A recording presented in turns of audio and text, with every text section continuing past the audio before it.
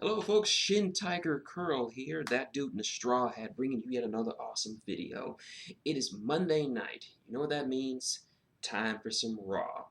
Emanating from the, well, whatever arena they have in Chicago, Illinois, so you know the crowd's going to be a little bit raucous because Chicago's one of those crowds. And of course, I had to take some notes. So, we open today with Brock Lesnar! Ah!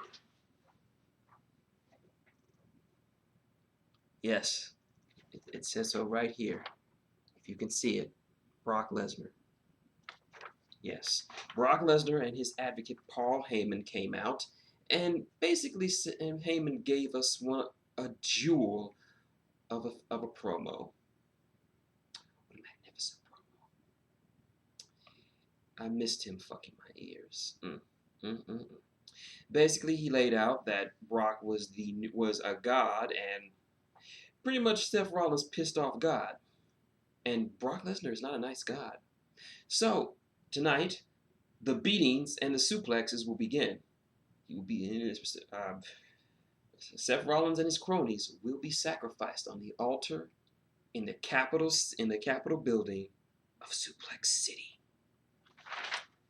And then show kind of goes down for hill from there.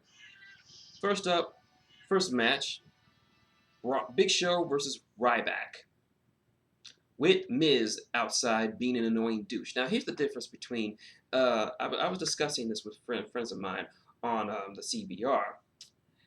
There's a difference between being a douche in a good way and being a douche in a bad way. A douche in a good way is the douche day or the new day. I call them the douche day because they're douchebags and they do it in such a way that you love to hate them. Miz just was in a douche in such a way that it just seemed terrible. And he was just egging both of them on to attack each other. You knew what he was doing. Unfortunately, this match wasn't all that good. I mean, it's Big Show and Ryback. What can you expect? I mean, Big Show's getting over the hill. He's not as fast as he used to be. His moveset is very limited. Same with Ryback. Even though Ryback is a few years younger than him, his moves are still limited. You're not going to get a great match out of this. It was passable for what it was, but not very interesting. Miz interrupts, attacks both of them, but they're not having the shit, so Miz eats a shell shock and a choke slam right before Ryback attacks Big Show. So it was what it was. Next up, Paige versus Brie. I have already said over the past few weeks, I have already vented my venom and vitriol and my hatred for this particular storyline. Catty bitches being catty bitches is just about catty bitches. And I know people don't like me saying that kind of word, but unfortunately, it fits for the situation.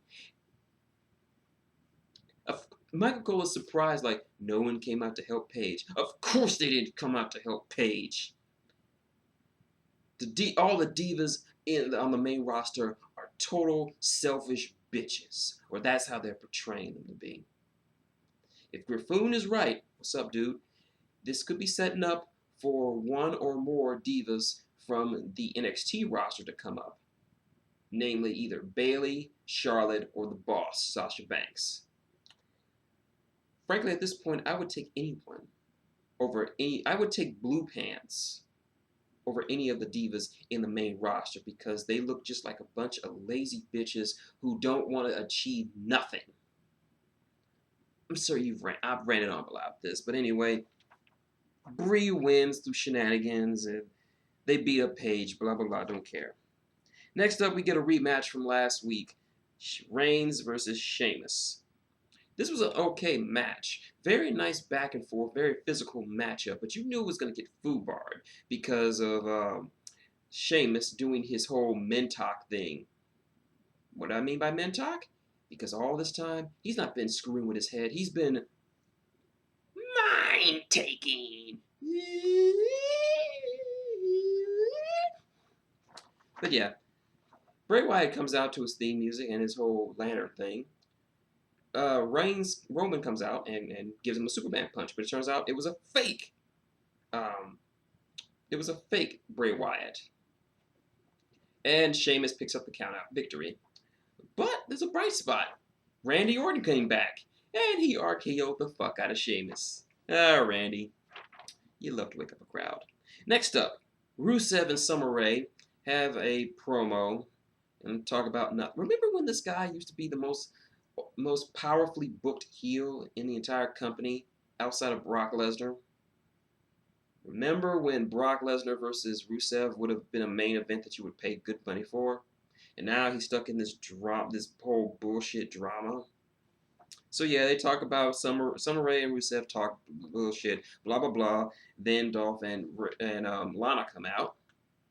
It looks like there's going to be a cat fight until Rusev attacks Dolph Ziggler, apparently all healed up from his broken foot. Yep, he attacks him, crushes his larynx, blah blah blah. You can skip it. Next up, we got Bo Dallas versus Dean Ambrose. Titty Master wins. That's all you need to say. It was a short match. Nothing more you need to say. Next up, King Wade Barrett versus R-Truth. This was a long match, and it should not have been a long match because it's an R-Truth match. R-Truth matches should not be this long. But needless to say, Wade Barrett picked up the win. It was an okay match. Next up, finally, what the night has been progressing to, because early on, Seth Rollins and Jay and Silent Jay came to the ring, or asked Triple H for help. Kane's not there because he's on his vacation in Hawaii. He says that he's going to confront the Beast tonight with sticks. Not a good idea. And this is what I thought about Seth Rollins confronting Brock Lesnar. If you can't read that because it's backwards, it simply says, "He did!" But yeah, they come out in their new Cadillac with their weapons and on hand. Brock comes out, pissed and looking to exact holy vengeance upon those who would break the 11th commandment. But he seems to back down, but it turns out, see, Brock Lesnar is smarter than people realize. He's not just all brawn, he's got brains too. And Paul Heyman brings him out a chest. What's in the chest? Why, some fire axes! And Brock Lesnar does his best Street Fighter II impression by destroying a car with his axes. And all we need to, and honestly would have made this more perfect if Jamie Noble went down and just started crying and saying, "Oh my God." But yeah. Anyway, J&J Security come down, which was a bad idea for them, as they got completely destroyed by Brock Lesnar, Jamie getting put in a Kimura and having his arm broken, and Silent J getting suplexed through the car. Then Brock hits the ring, but Seth ain't having it, and he ran. Probably he's still running outside of Chicago right now. So, yeah, it was worth waiting for. Next up, we have the Lucha Dragons versus the Douche Day. Still reeling from the massive ass whooping they got from the Nightmare of Suplex City. This was a good match with the primetime players on commentary. This just goes to show that once again, the WWE's tag team division is growing strong. So this was a solid tag team match with the New Day coming out on top, setting up perfectly for their rematch against the primetime players at Battleground. Next up, the WWE announces who will be on the cover of WWE 2K16. Nothing but the Texas Rattlesnake, Stone Cold Steve Austin. Give me a hell yeah! That's right. I'm actually interested in 2K16 because, according to the reports, it will boast the highest roster of any WWE game to date, going up with, I'm hearing, between 120 and 160 individual wrestlers. Not different versions, different wrestlers. Who knows? Maybe Kevin Owens. I hope so. Yay. And finally, the main event. John Cena's U.S. Open Challenge.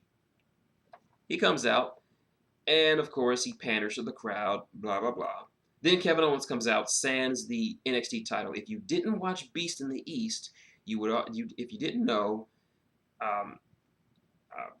Kevin Owens defended the title against Finn Balor in Japan. Finn Balor beat him, and he's now the new NXT champion. So Kevin Owens sands the belt for the first time since he's been on WWE television, decides that he wants to have his U.S. title match now.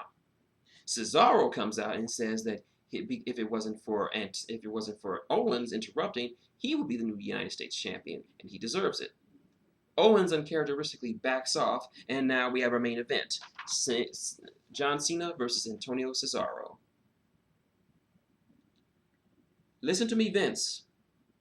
If you have not decided to push this man, this match shows you why you should push him. This was a long, grueling, epic matchup between two of the freak strongest guys in the entire locker room. This was an amazing, amazing match. They outdid themselves last week. They surpassed last week's entirety completely. And then they just went further with it. I was seeing moves from Cena that I really don't think he should be doing anymore. I'm looking at you, Springboard Stunner. Looks sloppy, but anyway, Cesaro was just unbelievable tonight. But in the end, John Cena pulled it off with an AA off the top rope. This was an epic, grueling match, and you should watch it.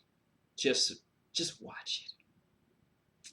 Owens jumps to the ring and attempts to do a pop-up powerbomb on Cena, but Cena learns from his mistakes and gives him the AA, but still is a bit exhausted. So, that's Raw. My thoughts? Do yourself a favor. If you have DVR'd this Raw, watch Heyman's promo and skip all the way to the third hour. That 2 hours is really nothing worth watching. It was just the matches were boring. In those 2 hours, the matches were boring, promos were horrible, and you just weren't interested in a lot of those matches. In that third hour, however, we got Brock Lesnar doing absolute destruction to a $50,000 car. We had a great tag team match, and we had an epic main event by two men who deserved and got a standing ovation from Chicago. And that should let you know how good this match was, that Chicago, one of the most anti-Cena cities in the nation, gave John Cena a standing ovation. You may not like his character or his gimmick, but you damn sure can't deny his ability in the ring. Good for you guys. Cesaro, Cena, thumbs up for you. So anyway, that was my video. If you like what you see, link, comment, subscribe below. Got any questions, comments, or just want to talk about how awesome that last hour of Raw was? Leave it below. I'll get back to you. You want to support the channel? Just click an advertisement or two. It literally takes just a second out of your day, and I could really use the money to fix my goddamn teeth because they're really hurting like a motherfucker. Or if you want to just donate directly, the tip jar is up there. Like I said, you could use the money to fix this crap because I really need that stuff fixed. So anyway, until next time, shintigercurl, that dude in the straw hat, saying good night, and thou shalt not fuck with thy Lord thy God, Brock Lesnar.